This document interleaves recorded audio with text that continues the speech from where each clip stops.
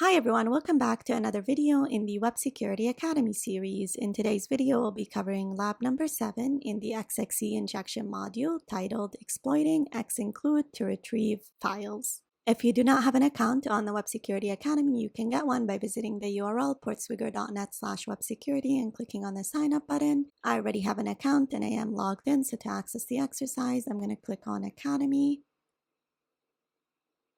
select all labs, do a search on XXC injection and select lab number 7 titled Exploiting XInclude to Retrieve Files. Alright, let's get started. This lab has a checkstock feature that embeds the user input inside a server-side XML document that is subsequently parsed.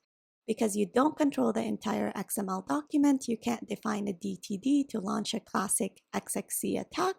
To solve the lab, inject an XInclude statement to retrieve the content of the /passwd file. Alright, so the target goal of the exercise is to exploit an XXC injection to retrieve the content of the /passwd file. Now the trick with this lab is because we don't have the XML document being sent in the request, it's a server-side XML document, we need to use a different technique from the previous labs in order to launch our attack. Alright, let's access the lab. Now notice over here, this is the built-in browser in Burp, and so all my requests are already being passed in my Burp proxy. I am using the professional version of Burp, but you don't need to use the professional version for this lab. All the features that we will use are available in the Community Edition. Okay, the first thing to do is find a parameter that could potentially parse and take in XML input. So let's click on View Details. Go down and click on checkstock and send this request to repeater. Now in repeater over here, you could see it's supposed to request to the /product/stock endpoint. And if you go down over here, it just takes in a product ID of 1 and a store ID of 1. These are regular parameters. It's not an XML script, just like we saw in previous exercises. So there's no indication for us at all that this is vulnerable to an XXC injection. Now what we'll have to do is inject XML characters and see how the application responds. So let's say %sign over here, hit send. And here we go. It says entities are not allowed for security reasons. So just the fact that it says entities, my guess is what's happening is this input over here and this input over here is taken as parameters in an XML document that is available on the server side. Now over here, we can't carry out a classic XXC attack because we don't control the entire XML document. And so we can't really define a doc type element because it won't be defined in the correct place in the XML document and will just error out. But what we could do is we could use XInclude. Now, XInclude is part of the XML specification, and what it does, it allows an XML document to be built from subcomponents. And so you could place the XInclude anywhere within the XML document, which means that we should be able to use it in this exercise to exploit the XXC injection. And it's really simple to exploit. So if we go back over here, let's write it up in our document first and then add it in the request. What you need to do is essentially just reference the XInclude namespace and provide the path to the file that you want to include, which is the /passwd file. And to do that, the syntax is, this could be named anything, we're just using faux. And then we'll say xi http www.w3.org 2001. And then we'll say we're using XInclude. And parse, we'll set that to text. And then we provide the path to the file that we want to include. So href is equal to file. And the file we want to include is the /passwd file. Okay. And that's essentially it. Hopefully I don't have any errors. This has to be exactly the same. And then we've got the file that we want to include. So let's copy this and then just paste it in here. hit send. And we do have an error in our exploit. So if we go back over here, and I added a colon instead of an equal sign over here. All right, let's copy this and paste it in here.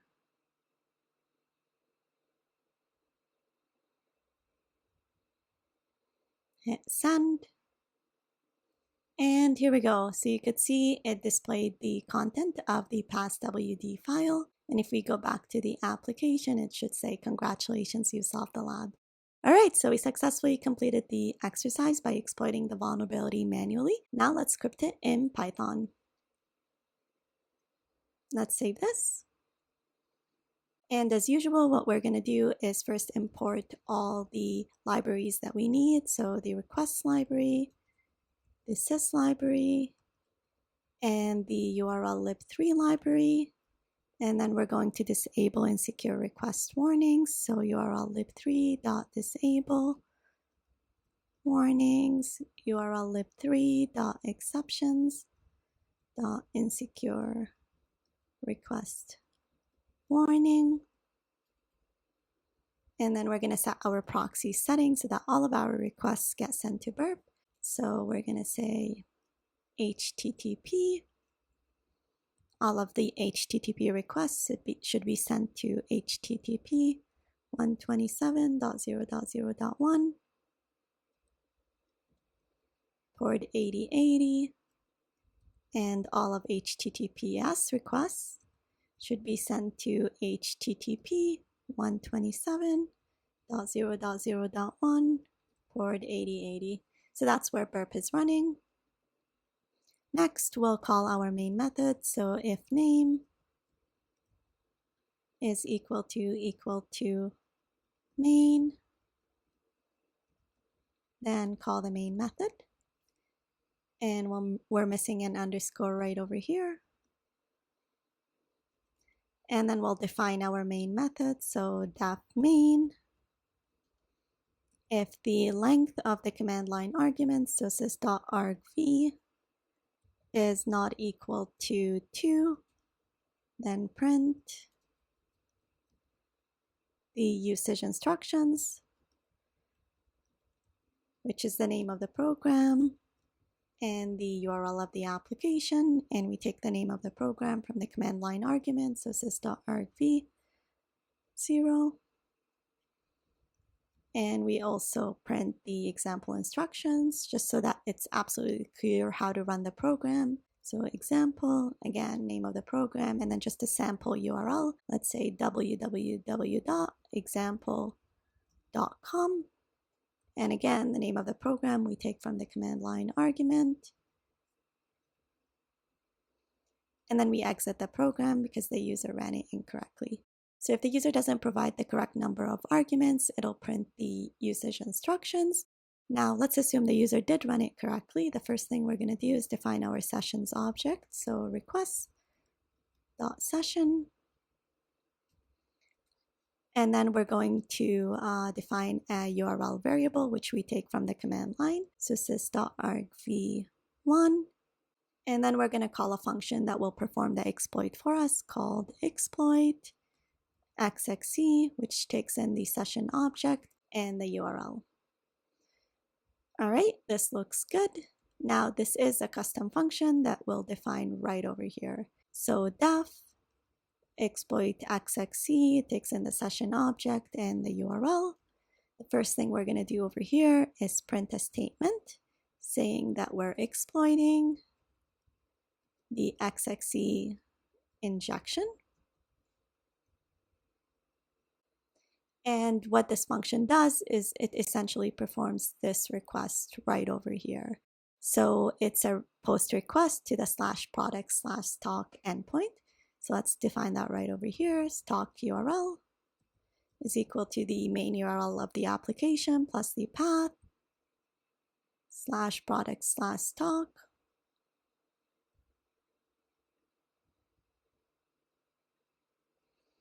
And then it has to take in this entire string right over here. So we'll say data stock is equal to the following parameters. So we've got our product ID, which is equal to this entire thing over here. Let's copy that. Paste it in here.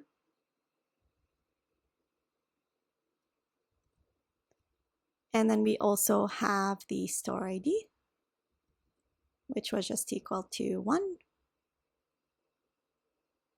And that's essentially it. Now we just perform the request. So R is equal to s.post because it was a post method. It takes in the stock URL. Data is equal to data stock, which we just defined. We set verify to be equal to false because we don't want to verify any TLS certificates, and proxies to be equal to proxies because we want our request to be sent to burp. And then we're going to print the statement. The following is the content of the etc passwd file. And that would be just the response of the request over here. So it'll print this entire thing over here. And to do that, we'll just say print r.text, which is just the response of the request. And that's essentially it. So let's save this. Hopefully we don't have any errors in our script. The application might have timed out, so let's hit send over here.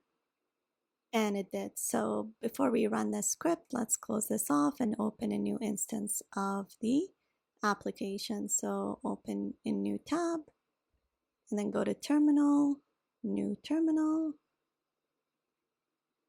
Python 3, XIC injection lab 07, and it takes in the URL of the application. Let's copy that and paste it in here.